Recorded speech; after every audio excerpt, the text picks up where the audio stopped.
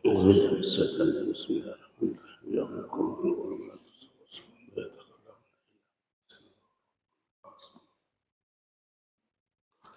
Assalamualaikum warahmatullahi wabarakatuh.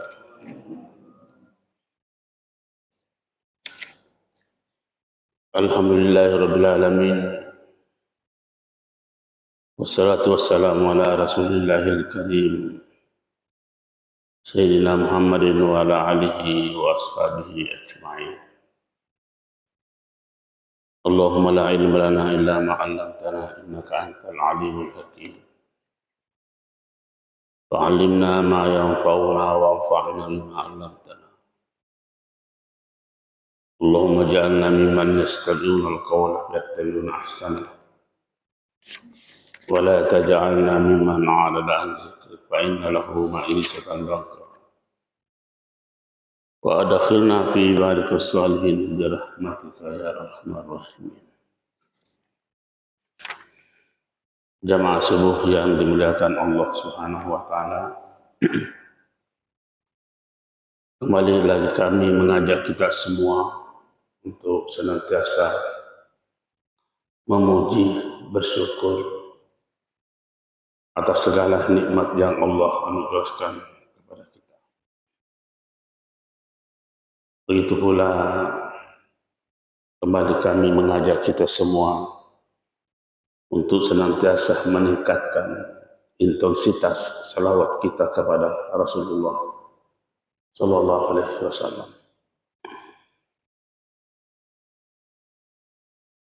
Subuh hari ini kita akan melanjutkan pengajian kita dan kita akan membaca surah Al-A'la. Surah Al-A'la ini salah satu surah yang cepat diturunkan, yaitu surah yang ketujuh yang diterima oleh Rasulullah Sallallahu Alaihi Wasallam. Surah ini memulai dengan kata perintah, yaitu sabbih. Kita melihat dulu apa makna sabbih. Sudah menjadi bahasa Indonesia kita, selalu kita mengatakan bertasbih. Tapi sesungguhnya apa yang dimaksudkan dengan bertasbih itu? Sabbih itu berasal dari kata sabaha. Sabaha arti literatnya adalah berenang. Berenang. Kemudian terjadi ruqiyud dilalah, peningkatan, pergeseran makna. Dari berenang ini muncul makna baru, yaitu menjauh. Yang begitu bahasa, kadang hidup, kadang redup, kadang hilang. Begitu juga bahasa, kadang baru lahir, langsung populer, kemudian redup, hilang. Itu bahasa. Maknanya juga begitu, berubah-ubah. Sampai pernah saya mencoba menghitung, satu kata itu bisa memiliki 6.500 makna.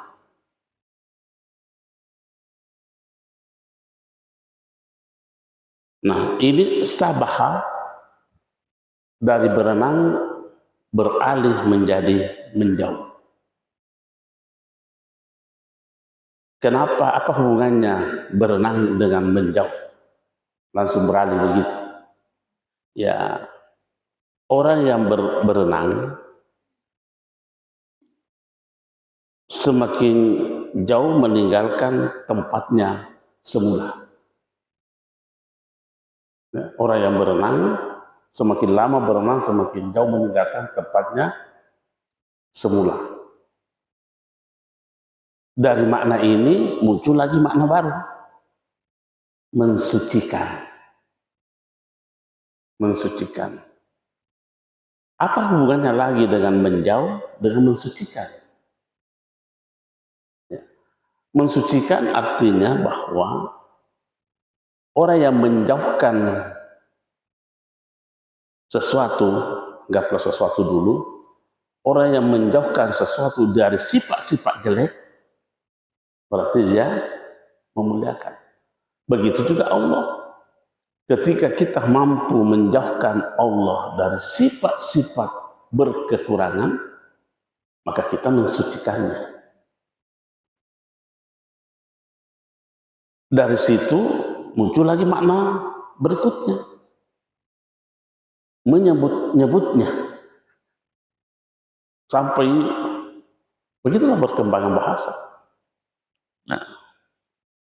Nah, sekarang Allah memerintahkan kita untuk mensucikannya. Pertanyaannya, siapa yang bisa mensucikan Allah? Yang bisa mensucikan Allah adalah yang mengenal Allah. Tidak mungkin bisa mensucikan Allah kalau tidak kenal. Ilustrasinya begini, contohnya. Saya bisa mempertahankan si A dari kebenarannya karena saya tahu. Si Anu berbicara tentang si B, ya Anu begini, sebenarnya salah. Tidak begitu, karena saya tahu. Karena saya tahu. Kalau kita tidak tahu, bagaimana mau membenarkan orang itu? Tidak mungkin kita mau membenarkan. Jadi orang yang bertasbih, mensucikan Allah adalah orang yang mengenal Allah. Kapan ia bisa mensucikannya? Kapan ia bisa mensucikan? Ya, ketika ia mengenal Allah.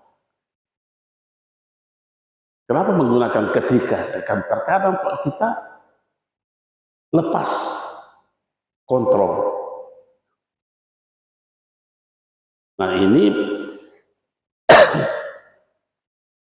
kata-kata sabah di dalam Al-Quran itu banyak sekali.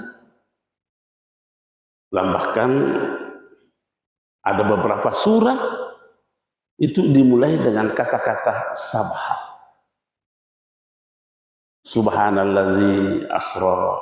Itu subhan itu dari kata sabah. Cuma bentuk kata benda. Kata benda. Beda lagi maknanya dengan tasbih itu 6.500 satu kata bisa menjadi 6.500 makna. Subhanallazi asra bi abdihi lailan minal masjid. Itu dalam suratul Isra. Dalam suratul Hadid, sabbaha lillahi ma fis samawati wa huwal azizul hakim. Ada 7 surah dimulai dengan kata-kata sabah. Selain kata-kata subhana di tengah-tengah, makanya Allah biasa kita mendapatkan dalam Al-Quran subhanallahi amma yasifun. Maha suci Allah dari segala pensifatan-pensifatan yang dilakukan oleh kamu semua. Kenapa? Karena ada perbedaan manusia ini. Manusia mensifati sesuatu sesuai dengan pengetahuannya. Nah, tidak seperti itu kita harus mensifati Allah. Mensucikan Allah itu tidak ada hurufnya. Tidak ada hurufnya. Seperti apa hakikat mensucikan Allah? Tidak pakai huruf, tidak pakai angka. Kita mau bilang apa? Begini mensucikannya Allah. Tidak ada hurufnya, tidak ada angka. Kalau sederhananya saja kita ambil saja kepada dalam kehidupan. Bagaimana membunyikan kata manis? Apakah sama yang kita bunyikan dengan yang kita rasa? Tidak mungkin. Karena Anda makan mangga manis, Anda tuh manis. Kemudian makan lagi gula pasir, manis. Samakah yang kita rasa ketika kita makan gula pasir dengan mangga?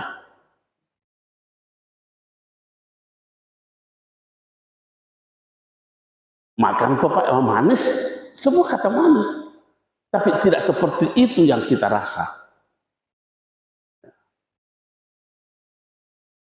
Karena memang mensucikan Allah tidak ada hurufnya, tidak ada angkanya. Jadi perintah untuk mensucikan Allah adalah tidak memberikan sifat kepada Allah sebagaimana hanya kita mensifati sesuatu. Situ letak masalahnya.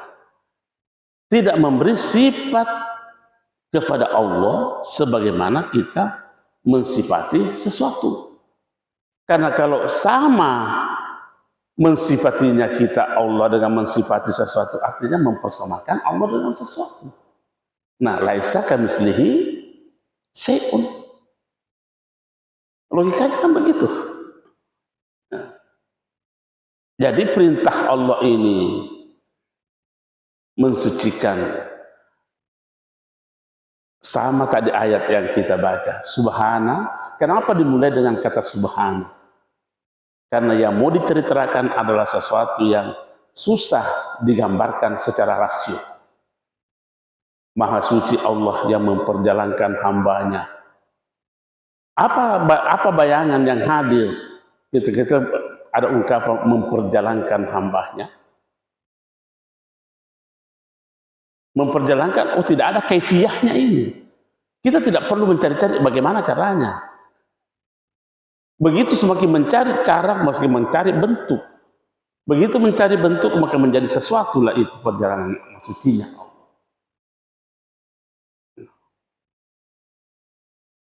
Makanya itu langsung dimulai dulu, hati-hati.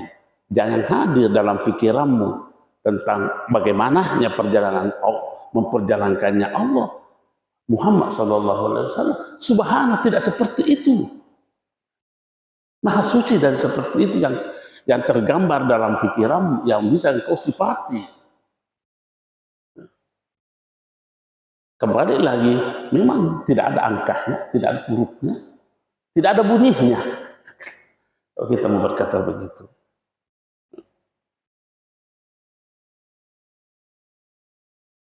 Ya. Kita banyak sekali ayat-ayat dalam Al-Quran itu. Wa iza salaka ibadi anni fa inni qarib. Allah mensifati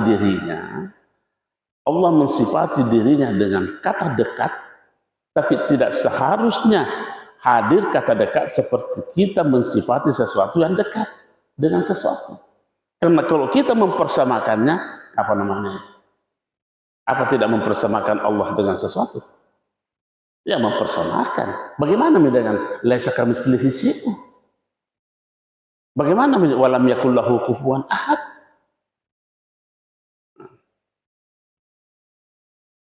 Makanya kita mau mengatakan bahwa makna spiritual daripada sabaha, sabih, tasbih adalah aktivitas rohaniah.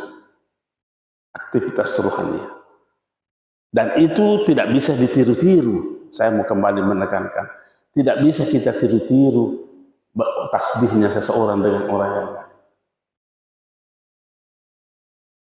Mungkin saja saya bertasbih, subhanallah, sama-sama kita bertasbih, subhanallah, subhanallah. Mungkin tasbih saya menghitung. Tapi orang-orang alim yang bertasbih lain dengan cara saya.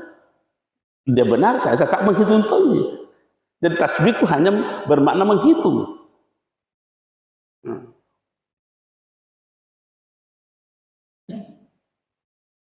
Wa iza sa'alaka ibadi anni fa inni qarib. Sifat dekatnya Allah kepada hambanya itu tidak boleh disamakan dengan kata dekatnya sesuatu terhadap sesuatu.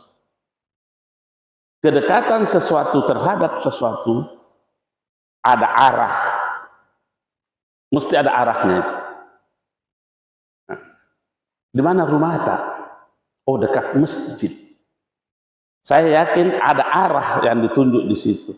Di sebelah timurnya kah? Di sebelah baratnya kah? Di depannya kah? Di belakangnya kah? Pasti ada arah. Nah, ketika kita memahami kata dekat dengan Allah juga menghadirkan dimensi arah, berapa banyak arah kita dustai Allah. Berapa kita ingkari Allah. Oh, di depan. Kita ingkari di belakang. Kita mengingkarinya di samping, kanan, kiri, atas, bawah. Kita ingkari itu.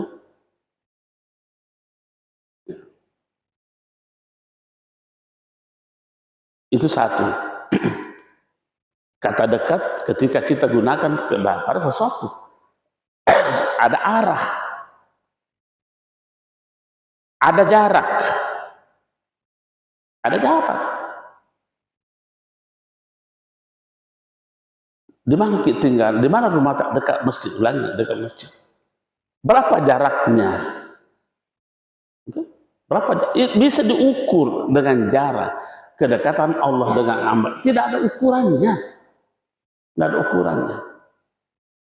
Tidak ada ukurannya. Dan ini yang diperintahkan, sabbih. Ketika. Jadi kalau ada ukurannya,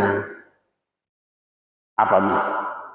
Menjadikan lagi sesuatu. Makanya itu saya sering katakan, sama jika kesadaran keilahian kita ketika berada di masjid dengan di luar masjid. Kalau beda, berarti kita mengukur jarak. Kenapa mesti berbeda di dalam dan di luar? Berarti ada ukuran yang kita pakai. Lebih ekstrim lagi kalau kita sama jika kesadaran keilahian kita, kehusuan kita ketika kita sholat dibanding dengan di luar sholat. Kalau beda, ada lagi jarak. Ada jarak. Nah, Allah tegas-tegas, subhanallahi amma yasifun. Maha suci Allah. Itu maha jauh dari seperti apa yang engkau pikirkan itu manusia. Banyak kali itu Allah menegur itu. Subhanallahi amma yasifun. Bukan hanya satu kali, dua kali, tiga kali. Banyak sekali menyebut kata subhanallah. Maha suci Allah dari segala apa yang kau sifatkan. Dari apa yang engkau bunyikan. Dari apa yang engkau angkahkan. Dari apa yang engkau hurufkan. Maha suci Allah. Jadi kembali lagi bahwa bertasbih adalah perintah dari Allah Subhanahu wa Ta'ala. Kenapa ini ayat dimulai dengan tasbih? Kita akan lihat nanti apa yang terjadi dalam rentetan ayat-ayat berikutnya itu. Wah, jangan-jangan nanti manusia muncul pemikiran-pemikiran lain-lain. Oh, maha suci. Suci karena Tuhanmu.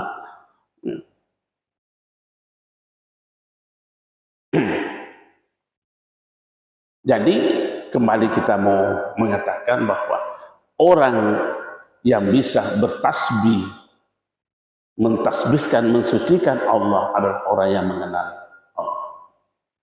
Tidak mungkin. Sehingga ulama kita berkata begini. Man arafa annahu subhanahu wa ta'ala malikahu fasakata anhu ikhtiyaruhu. Siapa yang mengenal Allah sebagai pemilik, fasakata anhu ikhtiyaruhu, maka orang itu sudah gugur dalam dirinya ada untuk mau memilih alternatif. Alima annal abda la mulka lahu. Dia mengetahui bahwa hamba itu tidak ada kepemilikan. Artinya gugur kepemilikan pada diri orang itu. Kalau ia mengenal bahwa pemilik sesungguhnya adalah Allah, tidak mungkin mau hadir lagi. Kalau hadir berarti ada pilihan. Ada pilihan. Kalau kita mengenal si A pemiliknya, maka gugurlah segala-galanya. Kalau ada yang mengaku-mengaku, gugur. Artinya tidak ada lagi pilihan. Dikatakan di situ fasakata anhul ikhtiyaru. Gugur kemampuan untuk memilih.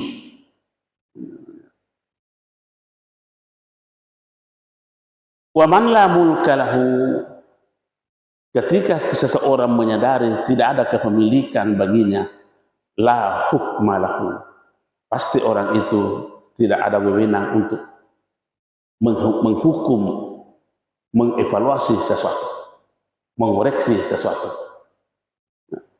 Saya beri contoh. Anda berziarah ke rumah saya.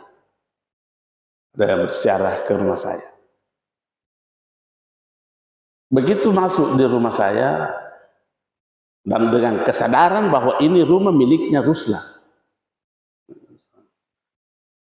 adakah kira-kira wewenang bapak ibu untuk kasih pindah kursi di rumah saya? Adakah wewenang kira-kira bahwa saya mau pindah ini karena tidak bagus tempatnya di sini? Tidak ada hakmu. Siapa yang berani begitu? Bapak berkunjung ke rumahnya seseorang, bukan milik ibu, bukan milik bapak, langsung tiba-tiba pindahkan gambar ini karena tidak sesuai dengan keinginanku. Wah, ini muncul lagi kepemilikan pada dirinya ini orang ini. Bagaimana kita menyikapi kepemilikan Allah? Apa kita mensucikan Allah seperti itu? Kita terima begitu adanya stand kursinya, terus jangan kita yang pergi angkat.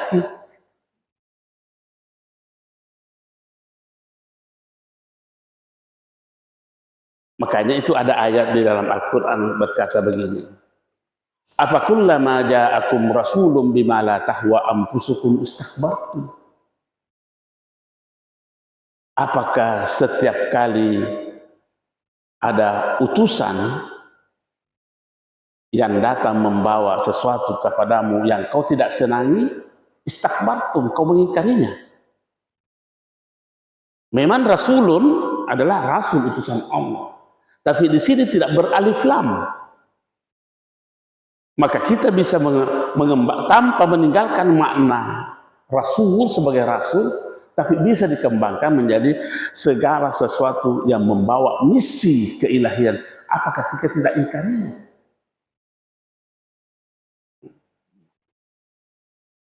Nah, semua yang kita lihat, semua yang kita dengar, pada hakikatnya itu adalah diutus oleh Allah untuk membawa risalah keilahian. Apakah kita mau mengingkarinya itu?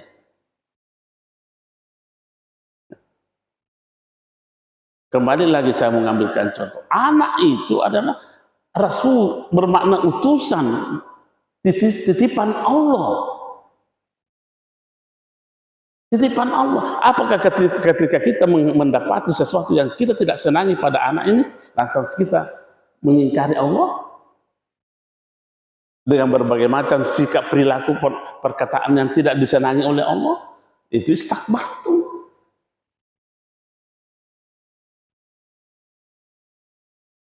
Mungkin suatu ketika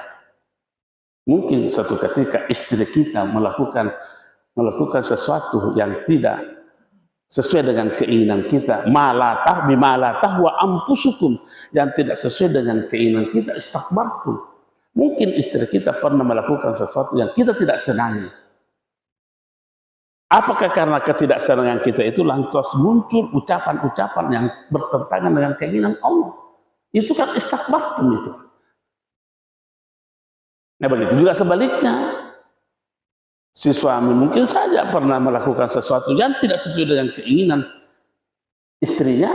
Apakah istrinya langsung mengklaim, menampilkan perbuatan, ucapan yang tidak sesuai dengan keinginan Allah? Nah inilah dia itu kan, apa kullama ja'akum rasulun bima la tahwa anfusukum istakbartum. Apakah setiap kamu berinteraksi dengan sesuatu yang kau tidak senang, lantas membuat kau ingkar kepada Allah?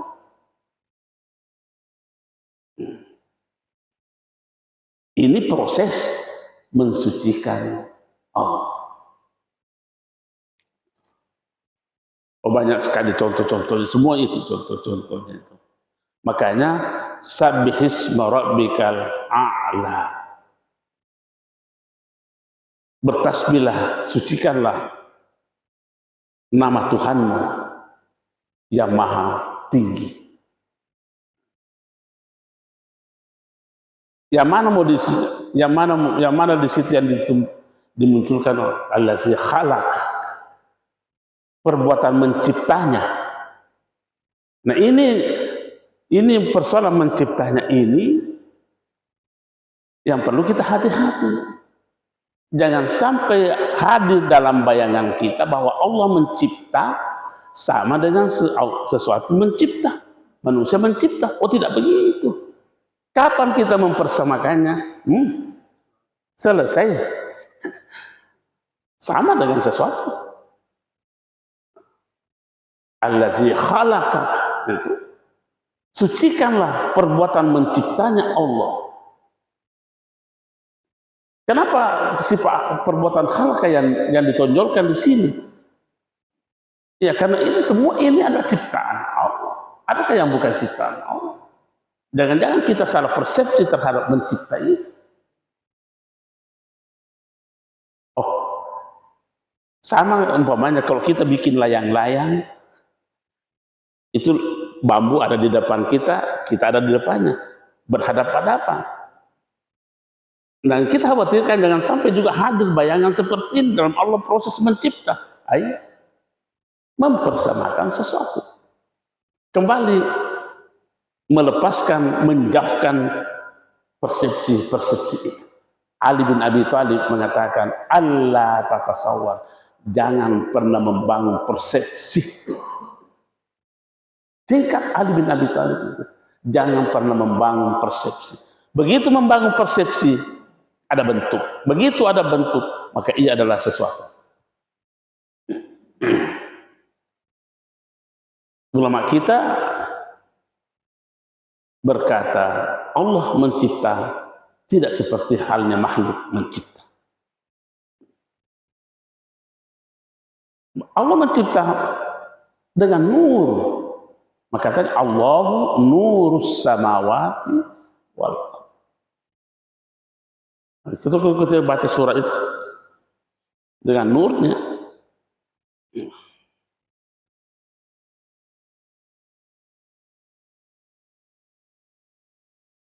Memang kita menemukan ayat, seolah-olah ada pengakuan dari Allah bahwa manusia juga mencipta. Iya, tapi boleh sama mencipta, tapi tidak sama menciptanya. Apa ayatnya itu? Wa tabarakallahu ahsanul khaliqin. Coba, maha suci Allah, sebaik-baik pencipta. Berarti kalau begitu ada pencipta lain. Tapi harus diingat, ini Allah mengatakan fatabaraka. Allah maha suci dari seperti pencipta-pencipta lain yang mencipta.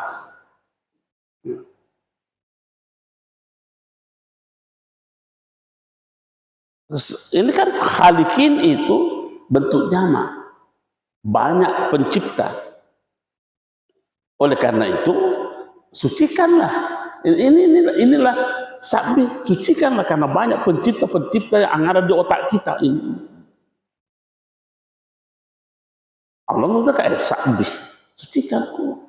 Karena kau akan berhadapan dalam kehidupan ini banyak mencipta. Tidak itu ada dalam Al-Quran. Tabarakallah ahsanul khaliqin. Maha suci Allah, sebaik-baik pencipta. Berarti ada pencipta yang lain. Memang ada, Allah mengaku ada pencipta yang lain, tapi jangan pernah menghadirkan kesamaan. Karena kita ada ayat laisa kamitslihi syai'un wa lam yakul lahu kufuwan ahad. Artinya bahwa kembali lagi orang yang mengenal Allah akan gugur dalam dirinya adanya pilihan alternatif dalam bentuk persepsi apapun. Sampai waman la mulkah lahu la hukma lahu waman la hukma lahu la ikhtiyar lahu.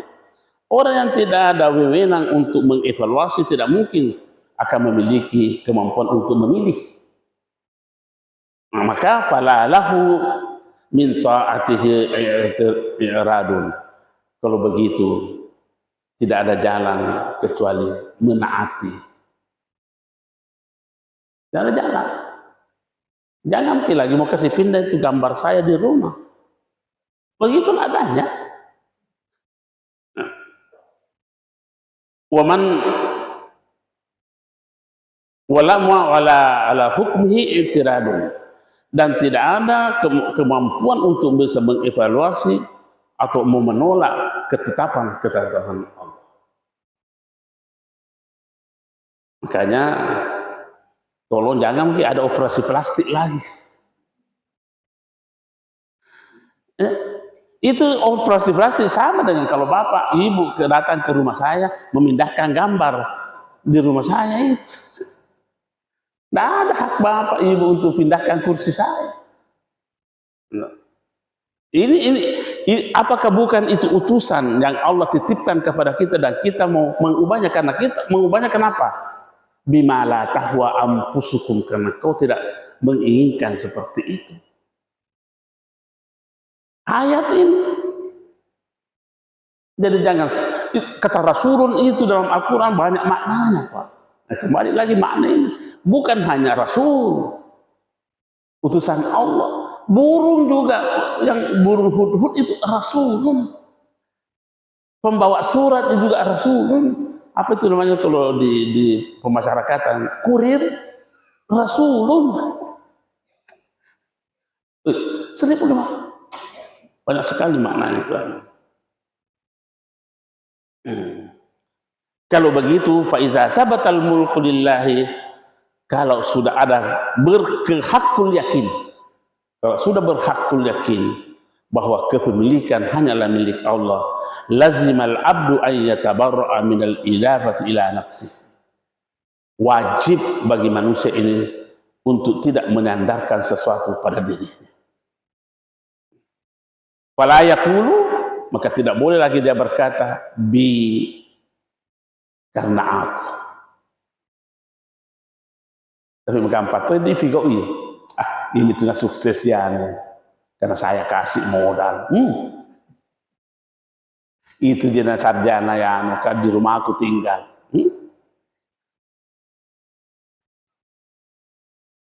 Nah, itu jenis anak sukses ya, karena saya kasih modal.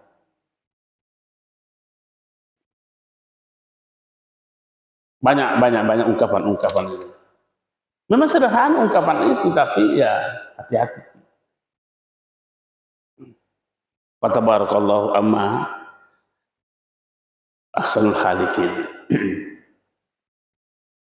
Jadi yang ditekankan di dalam surah ini adalah perbuatan atau sifat penciptanya Allah. Sabbihisma rabbikal a'la allazi khalaqah. Itu dulu, diselesaikan dulu itu. Jangan sampai sifat penciptanya Allah ini kita banyak mengotorinya. Nah, semua yang kita lihat, semua yang kita rasa, semua yang kita dengar, semua kita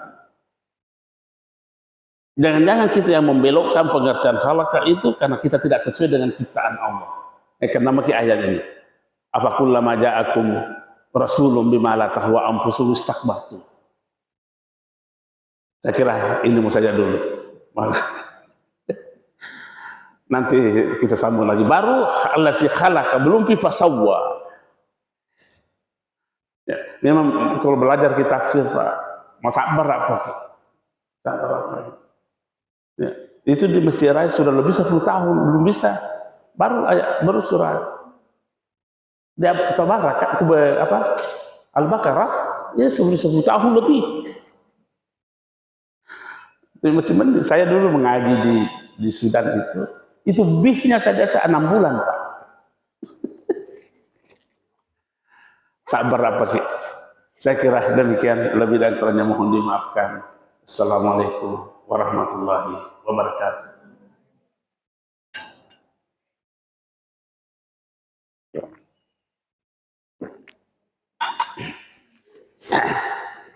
Allahu Akbar. Nggak ada Pak Andi? Nggak ada Pak Alwi? Kurang sehat ya Pak. Dari kemarin cuma ini sakit-sakit begini lagi, tidak boleh kita bimala tahu ampus. Tapi berenang lagi. Enak kalau habis berenang. Iya. Begitu seperti tadi Isra itu pakai orang ada yang Wahabi bilang itu alif di atas, berarti dia menafikan itu. Kapan menunjuk tempat? Pasti banyak yang Karena dia bilang menunjuk. Oh tidak, itu tidak boleh begitu. Nah, Rasul bertemu Allah di atas. Tidak bisa begitu. Tidak bisa. Berarti kita mempersemakan sesuatu. Iya. Menafikan bahwa dia ada di bawah. Iya. Menafikan di bawah. Iya.